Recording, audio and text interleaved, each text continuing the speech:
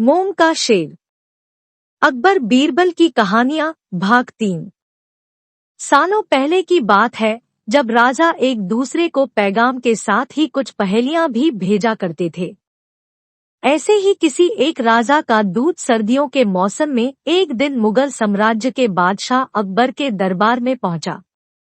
वह अपने साथ पहेली के रूप में पिंजरे में कैद एक नकली शेर लेकर गया था। राजा ने पहेली के साथ एक पैगाम भी भेजा था।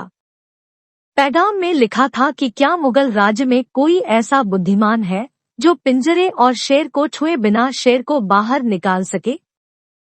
अब मुगल सम्राट अकबर सोच में पड़ गए कि आखिर शेर और पिंजरे को हाथ लगाए बिना भला शेर को कैसे बाहर निकाला जा सकता है।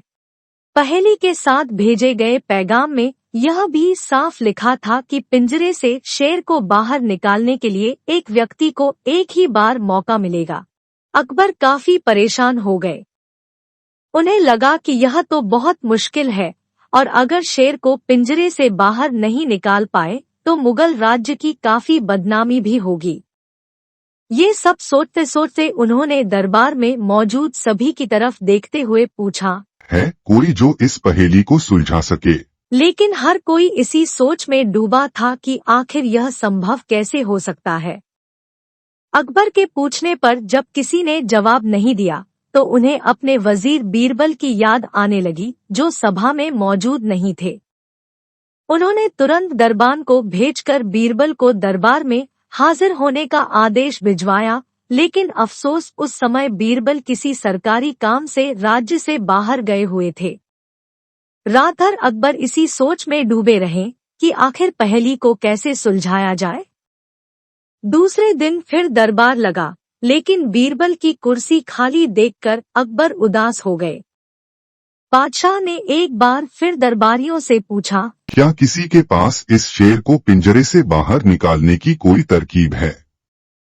इतने में एक दरबान अकबर के सामने आया और उसने शेर को पिंजरे से निकालने की कोशिश की, लेकिन वो नाकामयाब रहा।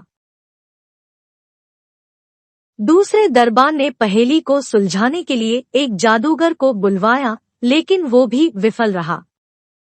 कोशिश करते करते शाम होने को आई, तभी बीरबल दरबार में पहुंच गए।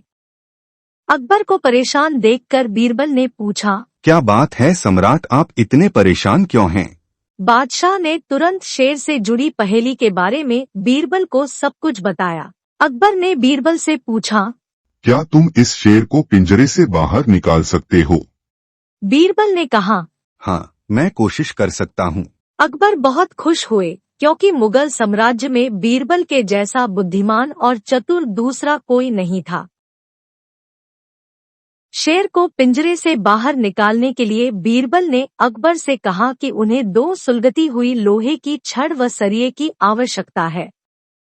शहंशाह ने तुरंत इसकी व्यवस्था करने को कहा।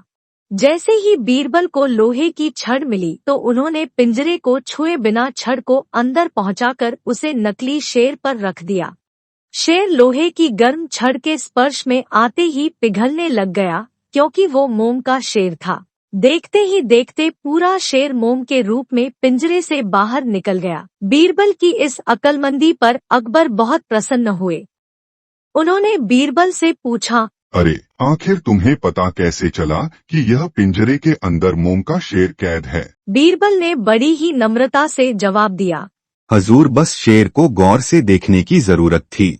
मैंने जब पहेली के बारे में जानने के बाद उसे गौर से देखा तो लगा कि यह मोम का शेर हो सकता है। साथ ही राजा ने यह भी नहीं बताया था कि शेर को कैसे बाहर निकालना है, तो मैंने उसे पिघलाकर बाहर निकाल दिया। इधर दरबार में बीरबल की जय जयकार होने लगी। उधर पहेली लेकर अकबर के दरबार पहुंचा राजदूत अपने राज्य वापस लौट गया और बीरबल के इस कारनामे के बारे में राजा को बताया। कहा जाता है कि उस दिन के बाद से राजा ने ऐसी पहेली भेजना छोड़ दिया था। सीख, अक्लमंदी से सब कुछ संभव है। हर जगह बल नहीं बल्कि बुद्धि का प्रयोग किया जाना चाहिए। दिमाग से हर समस्या का समाधान हो सकता है। ऐसी ही अन्य कहानियों को सुनने के लिए सब्सक्राइब करें YouTube चैनल।